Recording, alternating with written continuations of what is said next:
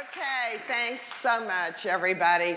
It's obviously, and Elizabeth just gave it away, not my first rodeo. So, and I did have a birthday yesterday. Thank you, Teo. Where are you, Teo? Thanks for calling that out to everybody. So, after a while, we don't count those anymore.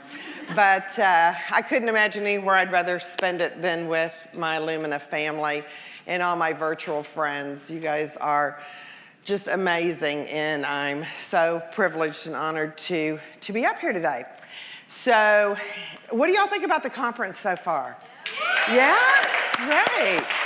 I think it's been fabulous, a fabulous experience. And as our panelists said today, this morning, William, who piped into us through Skype or Zoom or whatever, it's about the people, right?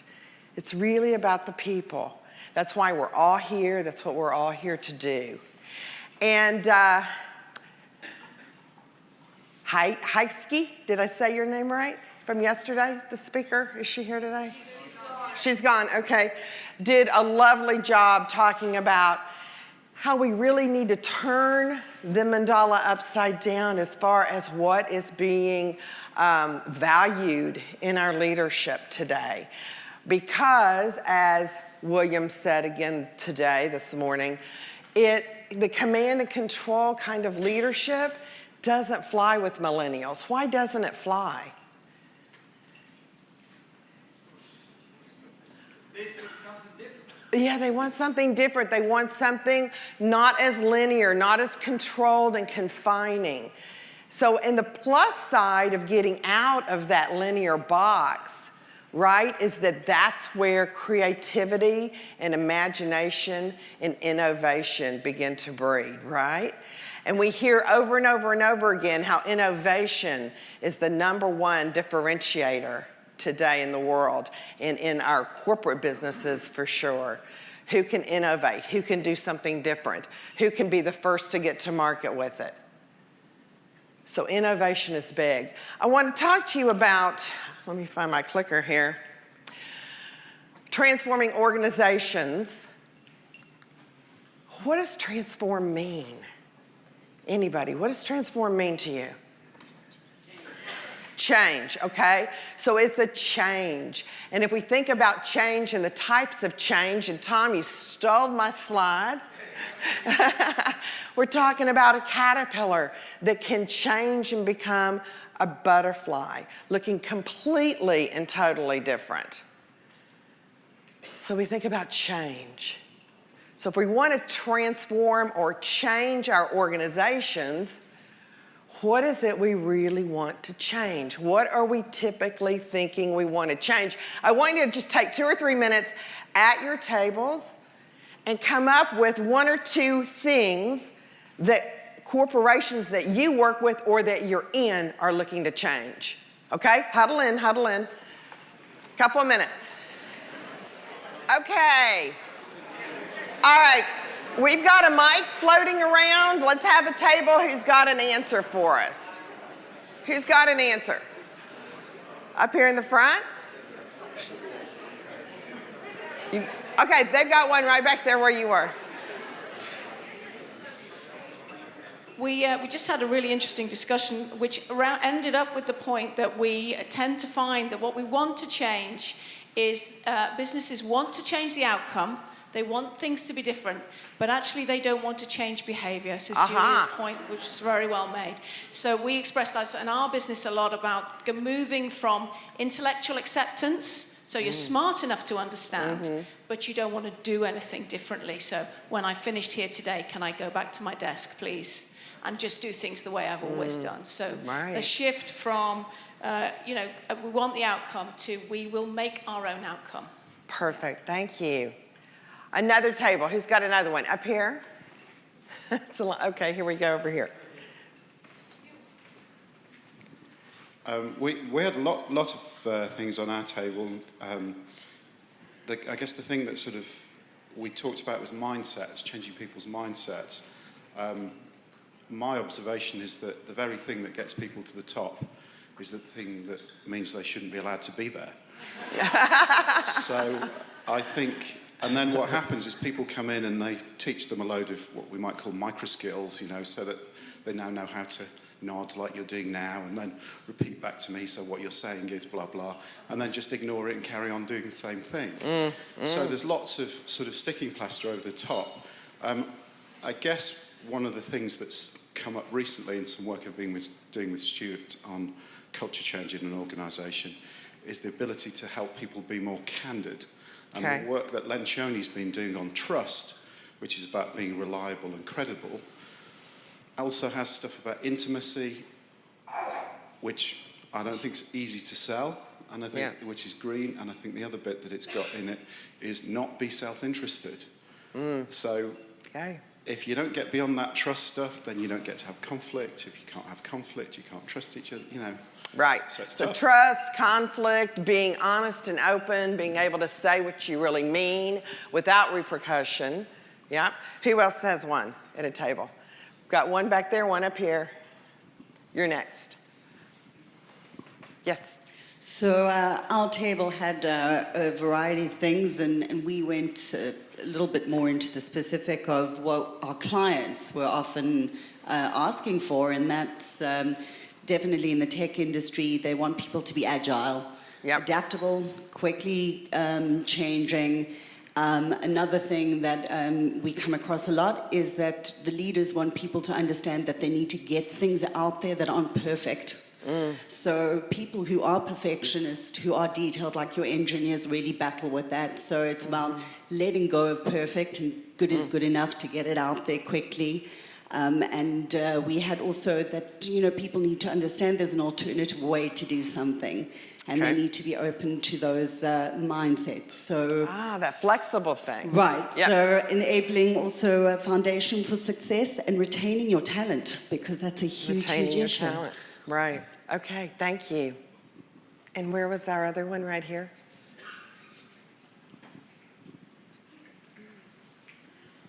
So I wanted to change the use of power. The use of power. Okay. But also about why don't the good guys get to the top? So for me, it's the question of how do you read the political situation? Yes, the political landscape. In contrast to openness, disclosure. Okay. And how do you reform and change the use of political power whilst being wise? Okay. Political power, reforming political power. Is there one more on this side of the room? And then we'll close it up. There's one back there. Yes, we had an interesting conversation which we talked about increasing communication and transparency, tolerance is another thing. But actually what it was summed up at the end by saying increasing inclusion as opposed to actually diversity. Actually inclusion is the word I think that we want to get going. Right. And we call it deeper diversity here at Lumina too. It's just what really is underneath the core. Thank you all. Thank you all for participating and for having that time at your table. I appreciate it. So these are all the kinds of things. Yes, one more? Yeah, actually I want to add one more point. We talk about a change for our client, for others, but also there's one point, change ourselves as well. Yes, good point. Thank you. Very nice. Change ourselves too. It also starts with us, right? So it's about this culture change, this transformation. Some of what you all were saying you may see up here in this slide somewhere, but it really is about the behaviors, being inclusive with people, and how do we really truly change that? What is corporate culture? Is culture that banner hanging up in the wall that says these are the things we're going to do? Is that really culture? No. What is culture then? What defines culture? What happens here? What do our leaders do? What do our managers do? What is tolerated here? What's allowed here? How do people treat each other? It starts at the top and goes all the way through. How do people treat each other? What's going to be allowed? So it's actually a top-down, bottom-up kind of intervention, right? Is that kind of crazy? Yeah? So top down, bottom up. You have to infiltrate the entire organization. You need an enterprise-wide, not the enterprise, but an enterprise-wide implementation plan.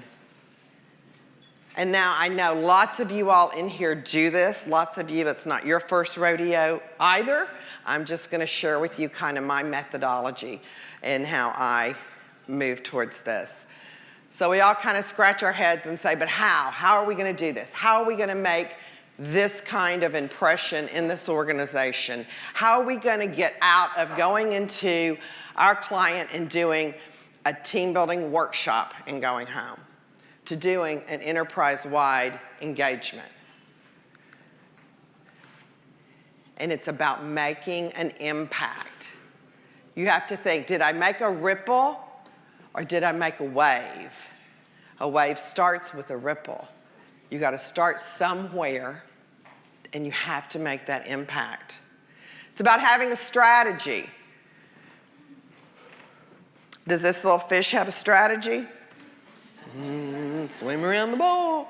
Yeah, it's just have a strategy. And one of the things you have to have in your strategy are what tools am I going to use? What am I going to bring to the situation so that they can learn how to change behavior? Because that's what it really boils down to, isn't it? It's changing behaviors and attitudes.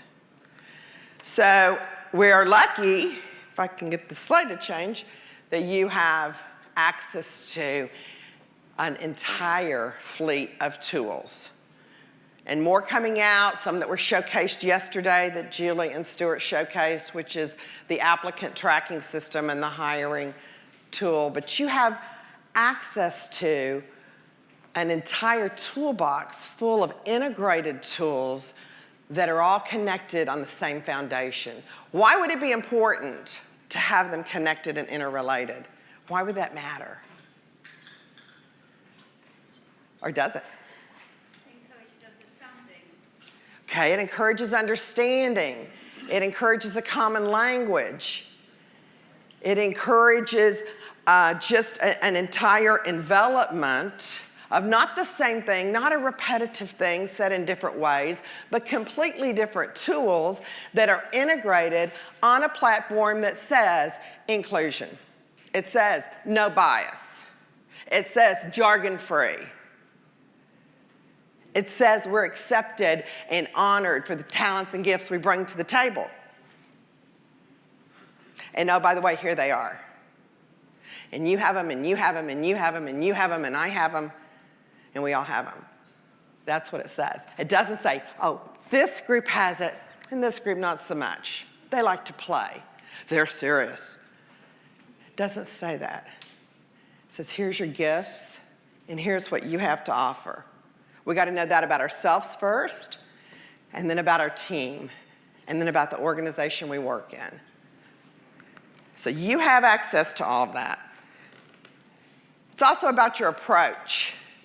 So we have a strategy, we have tools, and we have an approach. This is a real picture. Y'all know this place? Where is it? St. Martin. Yeah, if you've ever flown in there, you go right over the beach. People are like ducking.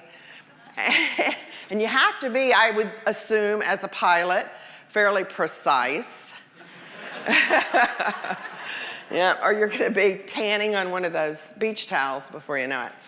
Yeah, so you have to have an approach and a strategy to that approach.